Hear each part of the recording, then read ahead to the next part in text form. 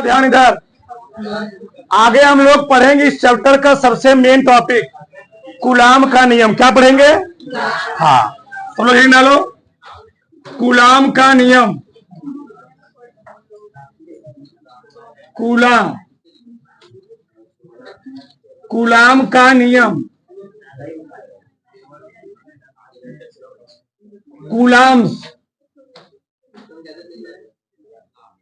Law, coulombs law. ठीक, coulomb का नियम। देखो इधर होता क्या है। कूलाम एक साइंटिस्ट थे। क्या थे? साइंटिस्ट थे, एक वैज्ञानिक थे।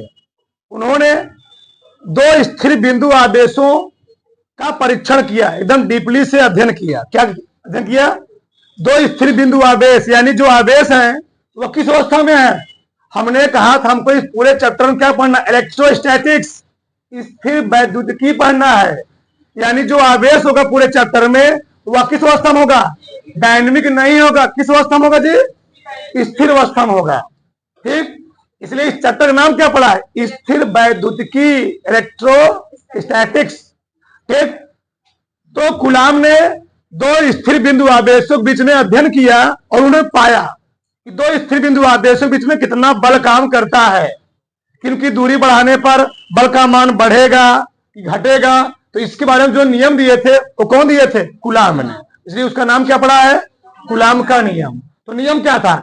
हम लोग पढ़े गुरुत्वाकर्षण का नियम। क्या पढ़े हैं? न्यूटन का गुरुत्वाकर्षण का नियम। क्या पढ़े थे हम लोग? याद होगा 11 में। ब्रह्मांड में स्थित किन्हीं दो पिंडों के बीच कार्य करने वाला आकर्षण बल, वहां प्रतिकर्षण बल का नाम नहीं लिया था, ध्यान रहे। ब्रह्मांड में स्थित किन्हीं दो पिंडों के बीच क्या काम कर रहा है? आकर्षण बल ही काम कर रहा है।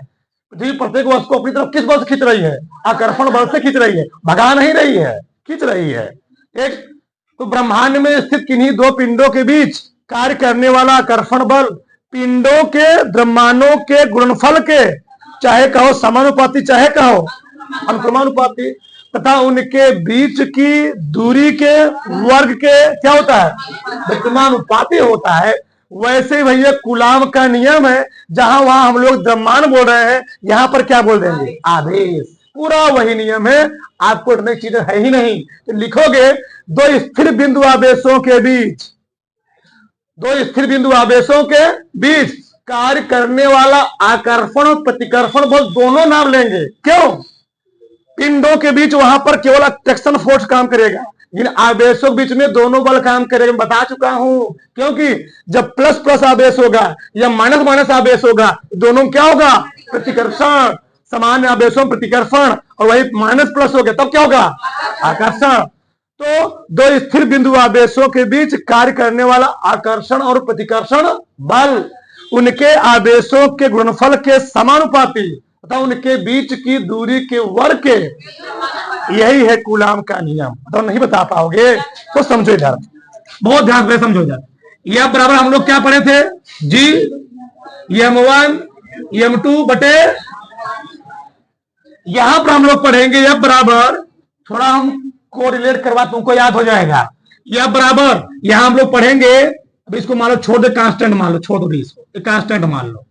Q1 Q2 बटे, और इसको पिंडों के द्रव्यमानों के गुणनफल के समानुपाती उनके बीच की दूरी के वर्ग के, यहां पर क्या है?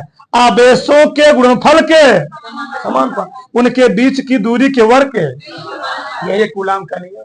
नहीं बता पाओगे? हो गया। ठीक, वही लिखेंगे हम यहां पर। क्या लिखेंगे? चलो हमारे साथ लिखो आराम से भैया। अपने भाषा में लिखोगे नहीं, थोड़ा बहुत अच्छा तरीके लिखना पड़ेगा।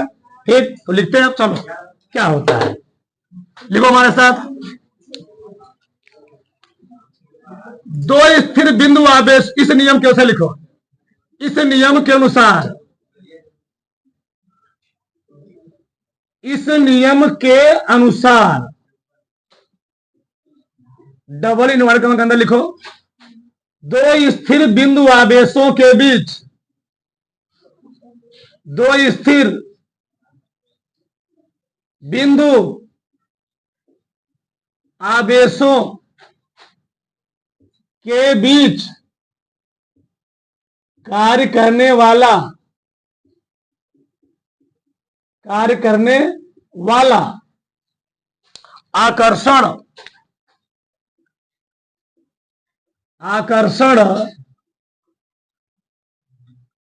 तथा प्रतिकर्षण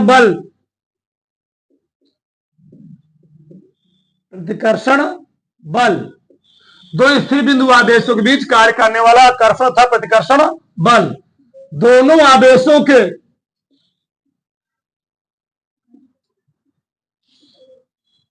आकर्षण तथा प्रतिकर्षण यहां लिखा ना, प्रतिकर्षण बल, दोनों आवेशों के गुणनफल के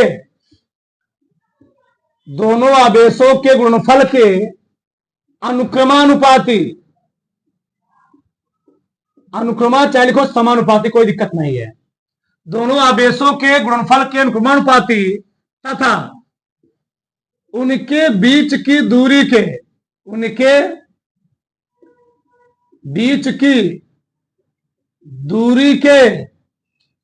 वर्ग के व्युत्क्रमानुपाती होता है।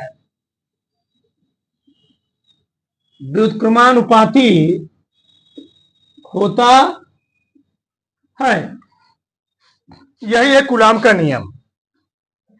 ठीक, अब यहां समझो, दोनों आवेशों के गुणनफल के अनुक्रमानुपाती, उनके बीच दूरी क्या होता है, वर्ग के व्युत्क्रमानुपाती। समझो, क्या सबका ध्यान रखना चाहिए। मान लिया मैंने दो स्थिर बिंदु आवेश ए है, एक ये मान लिया मैंने Q1 है, ये क्या है Q2 है। इनके बीच का डिस्टेंस कितना है R। मानते थे वहां पर, तो लिखते हैं। अब किसी लिखना नहीं, सबका ध्यान रखना चाहिए। माना दो स्थिर बिंदु आवेश, माना दो स्थिर बिंदु आवेश Q1 व Q2 एक दूसरे से R दूरी पर, रटना एक चीज नहीं है, बस समझना है। माना दो स्थिर बिंदु आवेश, स्थिर क्यों कहा, क्योंकि यहां बोल चुका पहले ही, चलेगा नहीं, स्थिर अवस्था में है, एट रेस्ट। दो स्थिर बिंदु आवेश Q1 व Q2 एक दूसरे से कितना दूरी पर है, R दूरी पर क्या है, स्थित है। तो कूलाम के नियमानुसार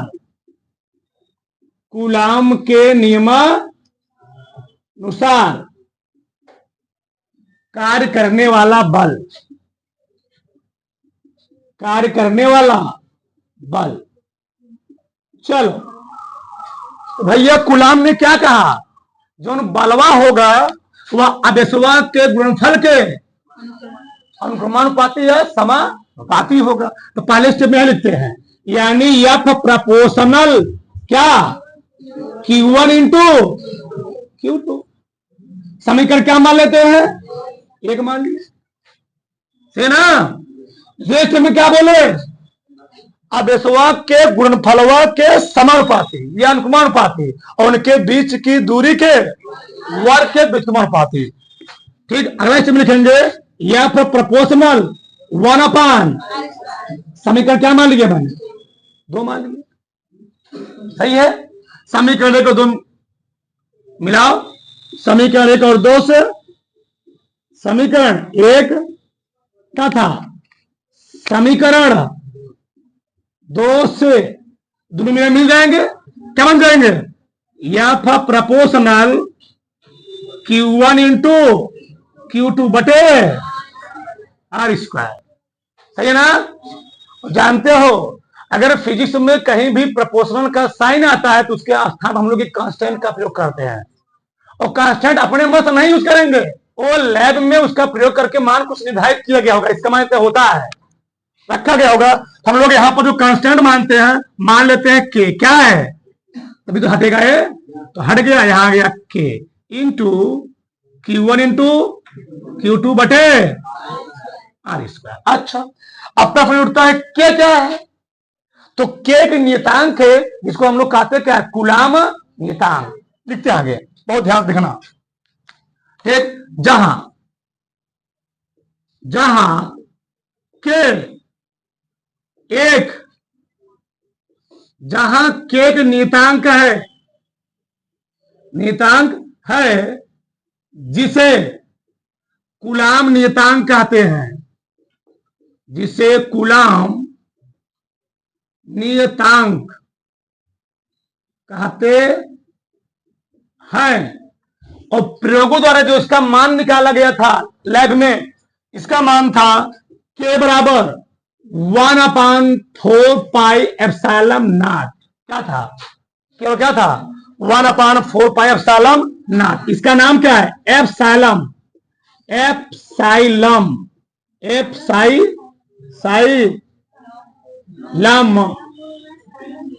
नॉट। ठीक, इसको हम लोग क्या पढ़ेंगे? Epsilon not. तो के का मान कितना होता है? 1/4 पाई एप्सिलॉन नॉट। अब यहां समझो प्रश्न क्या है। तो हम लोग जब इसको यहां रखेंगे तो एक फार्मूला डेवलप होगा। क्या निकला? तो यहां से निकला वायु या निर्वात के लिए जो बल निकलता है, वायु और निर्वात में जो बल का काम, जो अगर दो स्थिर बिंदु आवेश है उनके बीच जो बल काम करेगा, यहां से निकल के आएगा। हम लोग लिखेंगे यहां पर वायु या निर्वात में दो स्थिर बिंदु आवेशों के बीच, अतः लिख लेना, अतः वायु या निर्वात में दो स्थिर बिंदु आवेशों के बीच कार्य करने वाला बल भैया क्या आ जाएगा? एफ बराबर के का स्थान क्या रखेंगे? 1/4 पाई एप्सिलॉन नॉट। तो क्या हो गया? Q1 Q2 बटे आर स्क्वायर। यही फार्मूला पूरे प्रश्नावली में यूज है और हर जगह इसका यूज है। तो जो फार्मूला निकल के आया 1/4 पाई एप्सिलॉन नॉट। हमने वायु और निर्वात की बात क्यों किया है? चाहे वायु मतलब क्या होता है? जैसे हम बोल पा रहे हैं, यहां पर क्या है? वायु है। हमारी जो आवाज तुम्हारे पास किसके माध्यम? कोई माध्यम है, और माध्यम कौन है? कण है। तभी हमारी आवाज तुम्हारे पास पहुंच पा रही है। अगर यहीं पर निर्वात उत्पन्न कर दिया जाए तो हमारी आवाज तुम्हारे पास पहुंचेगी? कोई 4 चक्के गाड़ी बंद हो जाए और अंदर कितना चिल्लाए तो उसकी आवाज बाहर आएगी? तो हो गया निर्वात, यानी वायु का आवागमन क्या हो गया? अवरुद्ध हो गया, बंद हो गया। इसे हम लोग कहते हैं निर्वात। तो वायु या निर्वात में जो बल काम करेगा उसका मान कितना होगा? 1/4 pi epsilon not Q1 × Q2 बटे। अब और एक्सपेरिमेंट किया गया, जो 1/4 पाई एप्सिलॉन नॉट का मान निकला, उसका मान आता है यह बराबर 9 × 10 घाते 9 Q1 Q2 बटे, यानी इसका मान है 1/4 पाई। मान कितना है? 9 × 10 घाते 9। तो ए आ गया तुम्हारा एक्चुअल में फार्मूला। ठीक, यहां फार्मूला निकला। अब प्रश्न उठता है कि एप्सिलॉन नॉट क्या है? इसके बारे में हम लोग एकदम विस्तार से बात करेंगे, एकदम विस्तार से। पहले थोड़ा जान लो क्या होता है। तो यहां पर एप्सिलॉन नॉट है निर्वात की वैद्युतशीलता। एक होता है चुंबकशीलता, हम लोग पढ़ेंगे चुंबक। कहां पढ़ेंगे? चुंबक पढ़ेंगे। जो पढ़ेंगे हम लोग फैराडे का नियम पढ़ेंगे, ऑस्टेड का प्रयोग पढ़ेंगे, तो वहां पर अलग बात करेंगे। अच्छा, ऑस्टेड का प्रयोग पढ़ेंगे, फैराडे का नियम पढ़ेंगे, तो हम लोग वहां पढ़ेंगे निर्वात की चुंबकशीलता। इसको हम लोग कहते हैं निर्वात की वैद्युतशीलता। क्या बोलते हैं? निर्वात की वैद्युतशीलता। तो जहां लिख लेना, जहां एप्सिलॉन नॉट निर्वात की वैद्युतशीलता, वैद्युत या विद्युत कह दो, वैद्युतशीलता है। इसका मान ठीक, इसका मान भी हम प्रूफ भी करेंगे, निकलवाएंगे भी। 8.5 गुणे 10 घाते -12। इसका मान निकालेंगे तो क्या हो जाएगा? इसका मान निकालोगे ना तो कूलाम कूलाम स्क्वायर प्रति newton into metre square, newton into metre square होता है। इसको भी प्रूव करेंगे, परेशान मत, तो कैसे सब आता है। तो ये बात हुआ कूलाम के नियम के बारे में। ठीक, बता इसको फटाक से।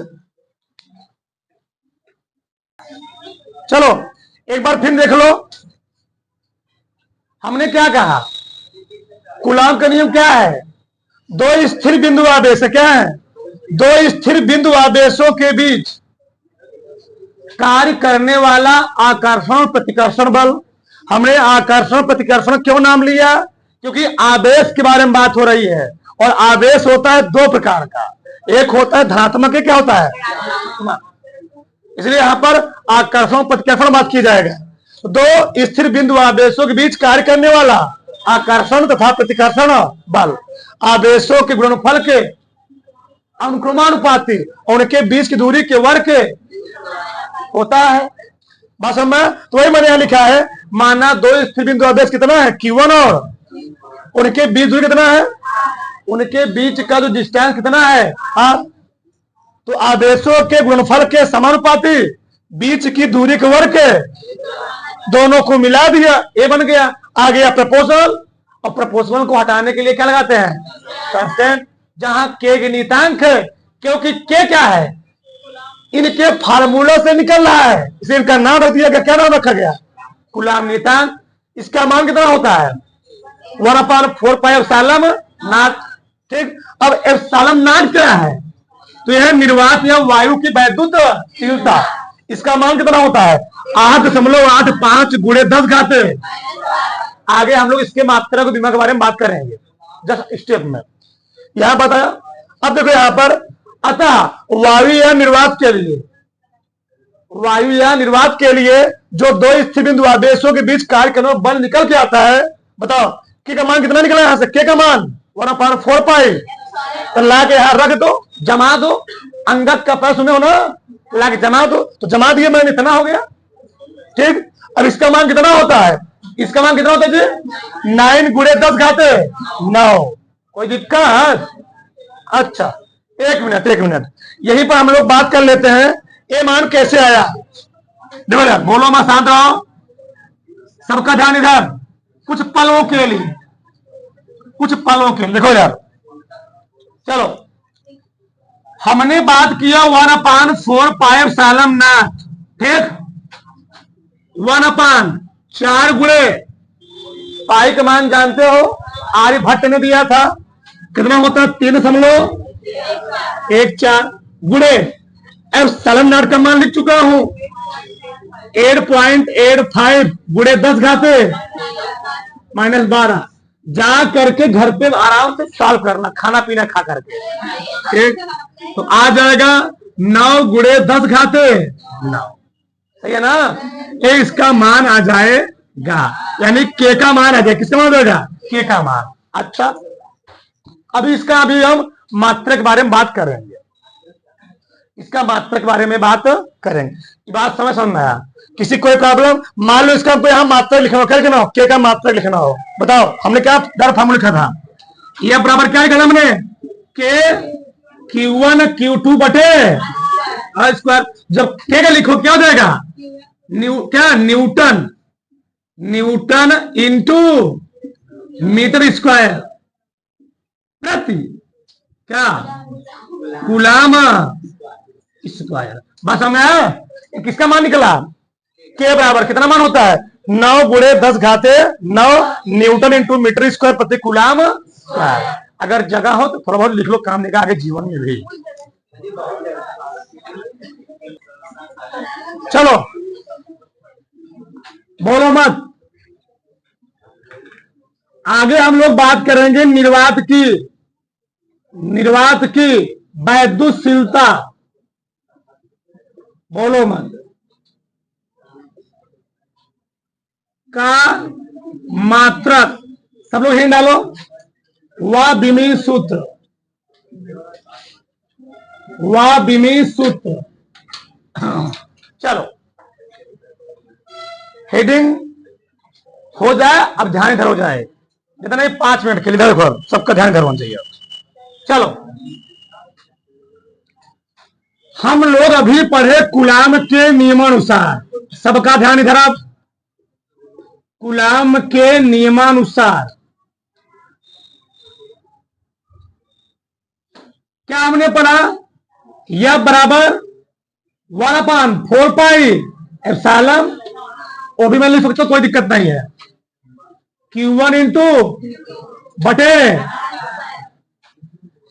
इतना पूरा कांस्टेंट है, और कांस्टेंट का मात्रक उतरक होता नहीं, अरे गिनती उनती है, गिनती है, इसका मान आ ही चुका है तो कांस्टेंट हो गया। अब देखो यहां पर यह बराबर क्या हो जाएगा, इसको हम मान सकते हैं क्या, छोड़ दो, हमको निकाला किसका मात्रक है, एप्सिलॉन नॉट का, तो क्या लिखोगे तुम, एप्सिलॉन नॉट बराबर क्या लिखोगे बताओ, Q1 Q2 बटे क्या हो जाएगा जी, एफ आर स्क्वायर, सही है ना।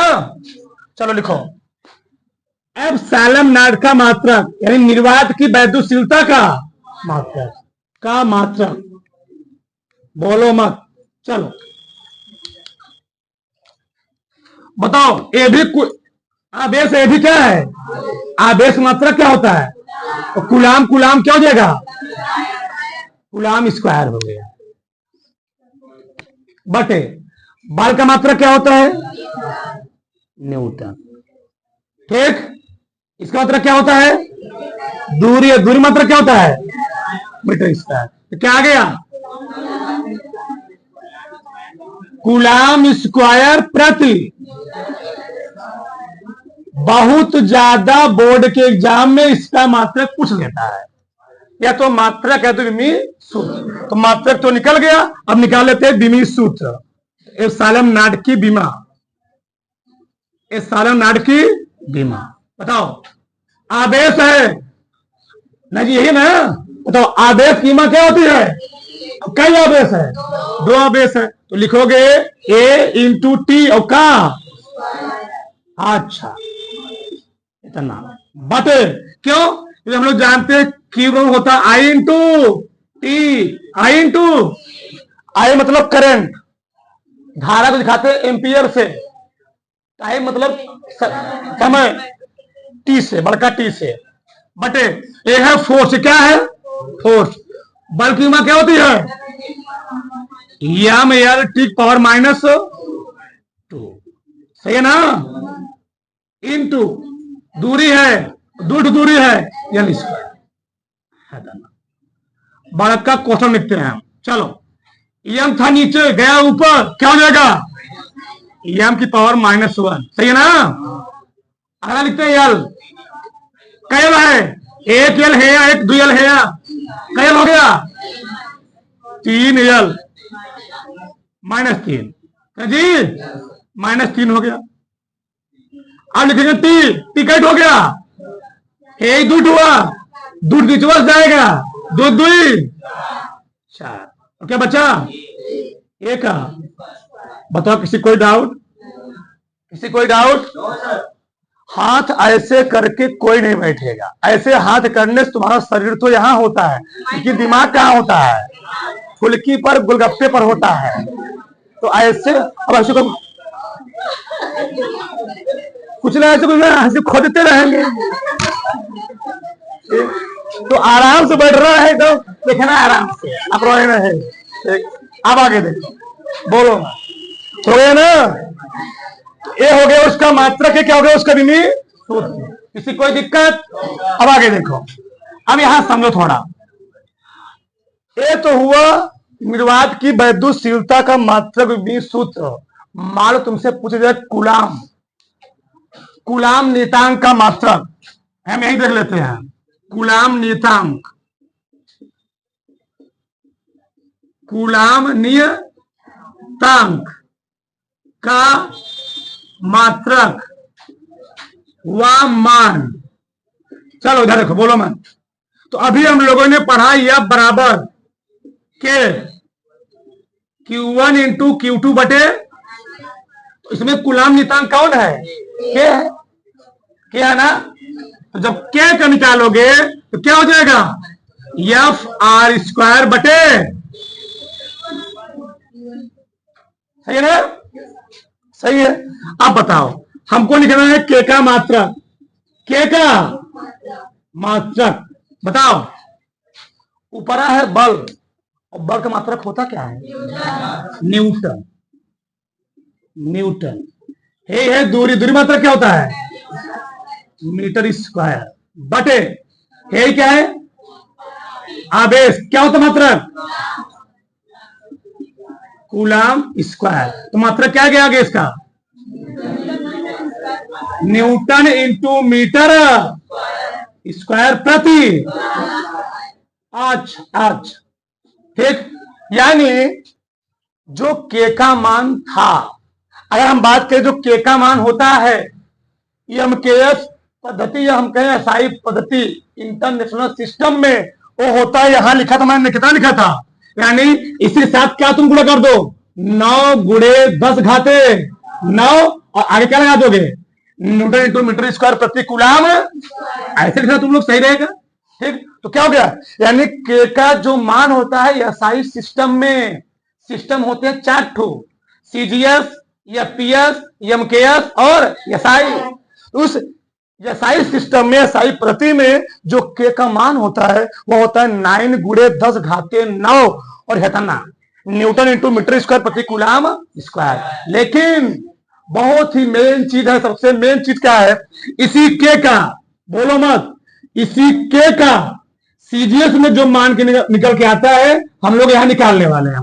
के का सीजीएस में मान, सीजीएस पद्धति में मान, सीजीएस पद्धति में मान, ये मान पूछा गया है, ये मान आईआईटी पूछा गया है कूलाम नियतांक का किसमें, सीजीएस सिस्टम में मान क्या होता है। तो यहां देखते हैं, प्रूव करके देखो इधर, चलो दिखाते हैं हम, सबका ध्यान इधर देखो इधर।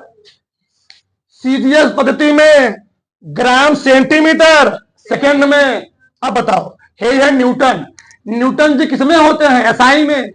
लेकिन न्यूटन जी जब डिसमें ले जाओगे सीजीएस में तो क्या हो जाता है? डाइन। क्या होता है? डाइन। और एक न्यूटन में कई डाइन होता है? एक न्यूटन में 10 घाते, हाँ, एक न्यूटन में 10 घाते 5 डाइन। सही चल रहा है ना? ये हो गया। चलो घर वाली डाइन जब नंबर नहीं देती है वो डाइन। आगे मीटर स्क्वायर क्या है? मीटर, मीटर कितने होता है?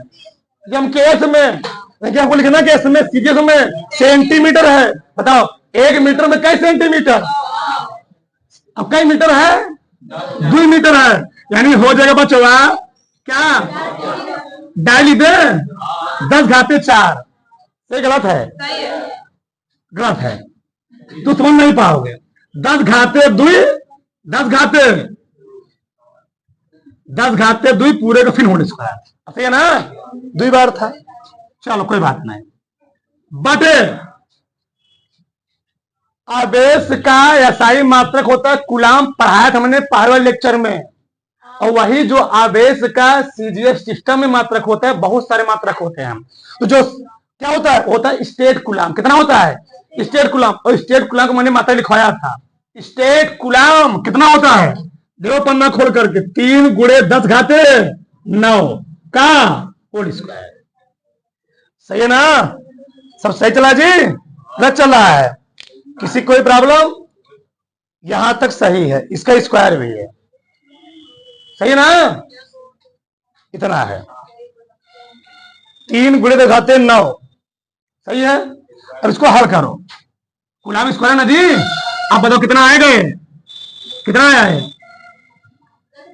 न्यूटन, एक न्यूटन का डाइन, ये सही लिखा गया है। मीटर क्या है? 10 घाते 2 का होल स्क्वायर। कूलाम, एक कूलाम कितना? स्टेट कूलाम इतना होता है, सही है जी? चलो अब इसको हल करो, क्या हुआ बताओ? 2 दूनी 5 4 9, कितना आया? 10 घाते 9 बटे 3 तिहाई 9 गुणे 9 दूनी 18। अब मैंने यहां पर इसका मान नहीं लिखा, कितना मान होता है इसका? हाँ 9, 1 मिनट 9 गुणे 10 घाते, तो लिखने करोगे ना, 9 गुणे 10 घाते 9, देखो यार, तो 9 से 9 क्या हो गया? 9 9 18, ये भी 18 है, तो पूरा क्या हो जाएगा? सफा चट। कितना देगा? के बराबर 1। ठीक, बहुत ही मेन चीज है, ध्यान देना। पूछा जाता है कि कूलाम नेतांक का सीजीएस सिस्टम में जो मान होता है वह कितना होता है? 1। तो आज से सबके माइंड बढ़ना चाहिए कि कूलाम नेतांक का एमकेएस पद्धति में जो मान होता है वह 9 गुणे 10 घाते 9। सीजीएस कितना होता है? सीजीएस कितना होता है? 1 होता है। किसी कोई प्रॉब्लम? उतारो फटाक से, लिखो। अगला हम लोग पढ़ेंगे परावैद्युतांक। बोलो मत। परावैद्युतांक, dielectric constant, dielectric constant, constant. ठीक, परावैद्युतांक होता क्या है? चलो पहले परिभाषा लिख लेते फिर समझाते हैं। ठीक, लिखो। किसी माध्यम की वैद्युतशीलता, किसी माध्यम की वैद्युतशीलता एप्सिलॉन तथा निर्वात या वायु की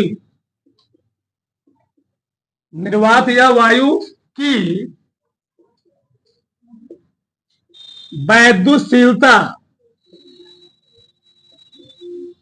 एप्सिलॉन नॉट के अनुपात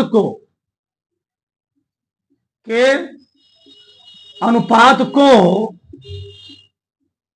परावैद्युतांक कहते हैं। परावैद्युतांक कहते हैं। ठीक, यानी जो परावैद्युतांक का फार्मूला निकला, परावैद्युतांक का फार्मूला निकला, वह क्या निकला? माध्यम की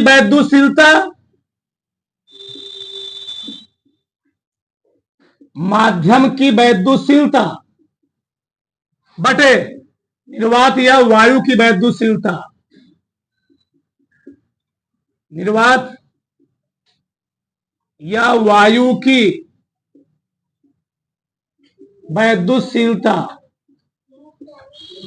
इसको हम लोग दिखाते हैं के से। ठीक, बड़का के। ठीक, एप्सिलॉन नॉट, ये निकल आया परावैद्युतांक। इसका मतलब क्या है पहले लिखो फिर समझाते हैं। ठीक, तो परावैद्युतांक मतलब क्या होता है? किसी माध्यम की वैद्युतशीलता एप्सिलॉन तथा निर्वात या वायु की वैद्युतशीलता एप्सिलॉन नॉट के अनुपात हम लोग कहते क्या है? परावैद्युतांक। क्या कहते हैं? परावैद्युतांक। अच्छा, यानी यहां देखो तो बड़ा समझो, हम यहां से परिभाषा दे सकते हैं। माध्यम की वैद्युतशीलता और निर्वात की वैद्युतशीलता के अनुपात हम लोग कहते क्या है? बस भैया, माध्यम की वैद्युतशीलता बटे निर्वात की वैद्युतशीलता अनुपात हम लोग क्या बोलेंगे? परावैद्युतांक। अच्छा, अभी नहीं समझ में आया। अच्छा, इसका यूज क्या है? इसका मतलब क्या है? इसका अर्थ क्या है? देखो समझो। मान लो हम हैं, हम किसी झगड़ा कर लिए, मान लो, ठीक, हमें ऐसा हो है, मान लो झगड़ा किए और मैंने उस जिस लड़के से झगड़ा किया हमने उसको तमाचा मारा, वो मारा वायु में, यानी कहां मारा? हवा मारा। हवा में रहो, एयर में जहां पर हवा है वहां मारा। अब मैंने उसको जो तमाचा वहां मार दिया, वो हमको खदेड़ लिया।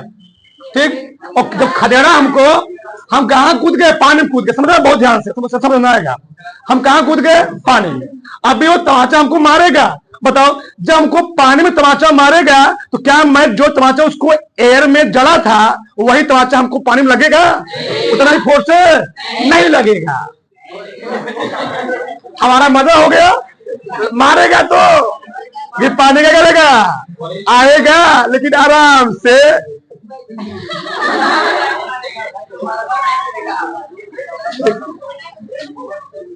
कहने का मतलब क्या है समझो इधर। मान लो कैसे बताएं, एक मिनट ये बैग दो, ये बैग इन क्या है, ठीक और समझो। अगर मैं ऐसे इस बोर्ड पर बल लगाऊंगा, बहुत ध्यान समझो ना, ऐसे मैं डायरेक्ट इस बोर्ड पर बल लगाऊंगा, बताओ बल ज्यादा होगा कि मैं बैग को रख करके अब इस पर मैं बोर्ड पर बल लगाऊंगा, अब बल ज्यादा होगा, अब बल कम होगा। अब क्यों कम होगा? क्योंकि मैंने बोर्ड और अपने हाथ के बीच में एक माध्यम ला दिया। क्या ला दिया? माध्यम ला दिया। तो माध्यम के लाने से इससे डिस्कशन कर रहा है, अगर दो वस्तुओं के बीच में कोई माध्यम आएगा उससे बल क्या होगा? घट जाएगा। बल क्या होगा? घट जाएगा। यही मतलब होता है परावैद्युतांक का। तो जब एयर में टक्कर हुई तो बल वहां ज्यादा लगा, और जब पानी में टक्कर होगा तब क्या होगा? वहां पर बल कम हो जाएगा। क्यों? वो माध्यम है। माध्यम कौन है? पानी। वही बात यहां पर कहा जा रहा है। ठीक, परावैद्युतांक क्या होता है? माध्यम की वैद्युतशीलता कि माध्यम में कितना उसकी मान है और निर्वात में कितना मान है, उसके अनुपात उसके रेशियो को हम लोग कहते क्या है? परावैद्युतांक। अब इसका मान अलग अलग जगहों पर अलग अलग होता है। ठीक, इसका मान क्या होता है? देखो यार, जैसे बोलो मत, सबका ध्यान देना चाहिए। निर्वात या वायु के लिए, निर्वात या वायु के लिए जो के का मान निकल के आता है, बहुत इंपॉर्टेंट चीज है, हर सारे प्रश्नों में इसका काम आएगा। निर्वात या वायु के जो के का मान होता है वह होता है 1। कितना होता है? 1। लेकिन किसी धातु के लिए, धातु को नाम दे देगा, किसी धातु के लिए या धातुओं के लिए जो के का मान होता है वह होता है, क्या होता है? अनंत। अच्छा, इसका मतलब क्या है? अच्छा बताओ, इस बोर्डों पर मैं कोई लोहा रख दूं, कोई लोहे का चद्दर रख के बल लगाओ, अब बताओ बल घटेगा? वही लगेगा। नहीं समझे हमारी बात? वही बल लगेगा। लेकिन मैं इसी बोर्ड पर किसी तकिया से, मानो अभी यहाँ तकिया रखा मैंने, कोई तकिया रखा, कोई चद्दर रखा, तकिया रखा, अब तो बताओ तकिया में क्या भरा होता है? रुई भरा होता है। तो जब मैं बल लगाऊंगा, जो जितना मैं पहले बल लगा था ना उतना फोर्स नहीं लगेगा। लेकिन जब मैं कोई धातु क्या होती ठोस होता ना जी, उसको रखूंगा तो शायद हो सकता है कि उसको रखने से बल पर कोई प्रभाव ना पड़े। यदि मैं तकिया रखूंगा तो क्या हो जाएगा? बल क्यों जाएगा? घट जाएगा। तो वही बात यहां पर कहा गया है, धातु के लिए ए होता है। वही बात तुम कहोगे परावैद्युत पदार्थ के लिए, यानी इसका मतलब क्या होता है? कुचालक पदार्थ। परावैद्युत पदार्थ यानी कुचालक पदार्थ, सेमी कंडक्टर नहीं, थोड़ा सा हो गया जी, नॉन कंडक्टर। कुचालक पदार्थ के लिए जो के का मान निकल के आता है वह 1 से बहुत ही ज्यादा होता है। यह कभी बार पूछ ही लिया था, ध्यान देना है चीज, बहुत विशेष बात है। निर्वात या वायु के लिए के का मान कितना निकलता है? 1 के बराबर। धातु के लिए वायु कितना निकलता है? इनफाइनाइट। और कुचालक पदार्थों के लिए कितना होता है? 1 से बहुत ही ज्यादा होता है। कितना होता है? Subscribe now and press the bell icon. Never miss an update.